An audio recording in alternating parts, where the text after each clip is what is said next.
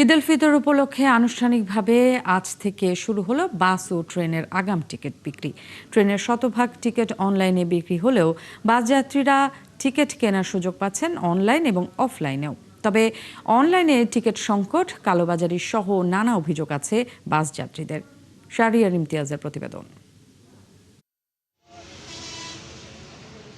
গাবতলী বাস স্ট্যান্ডে যাত্রীদের এই লম্বা সারি পরিবার ও আপনজনের সঙ্গে ঈদ করতে যাবার প্রস্তুতি।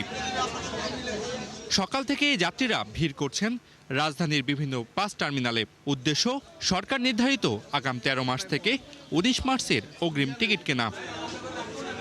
তবে বাস টিকিট বিক্রির প্রথম দিনেই অনলাইনে টিকিট সংকট, কালোবাজারি সহ নানা অভিযোগ আনেন যাত্রীরা। অনলাইনের ক্ষেত্রে দেখা গেল যে টিকিট হলো আপনার বাসের হলো 40টা সিট থাকে, তো ওরা সম্পূর্ণ টিকিট ছাড়ে না এবং সিটগুলো থাকে হলো সবার পিছনে। যখন টিকিট ছাড়ছে 8টার সময়, তার আগে 7টার সময় ওনারা একজন অ্যানাউন্সমেন্ট দিচ্ছে যে টিকিট শেষ হয়ে গেছে।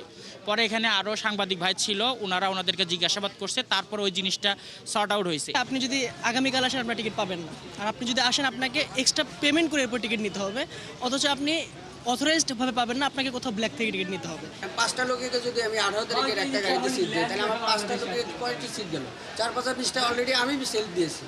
আমার কল্যাণপুর থেকে অবশ্যই বেচতেছি, তাহলে তো এক গাড়িতে আর সিট থাকে। আপনি বলেন সব 18, যেমন চাহিদা এই যে টিকিটগুলো দিচ্ছি সব 18 তারিখ। আপনি দেখেন এখানে সব 18 তারিখ যা আছে, বা বাকি যারা আছে তাদেরও চাহিদাটাই 18 তারিখেই যাবেন সবাই। এদিকে অনলাইনে শতভাগ অগ্রিম টিকিট বিক্রি শুরু করেছে রেল কর্তৃপক্ষ।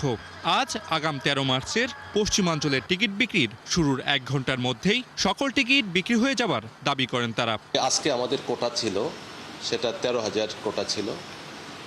13,000 কোটার এগেইনস্টে প্রথম 1 ঘন্টায় প্রায় 11,400 টিকিট সোল্ড আউট হয়। আর এটা এই টিকিট ক্রয়ের উদ্দেশ্যে সার্ভারে হিট হয় 21 লাখ।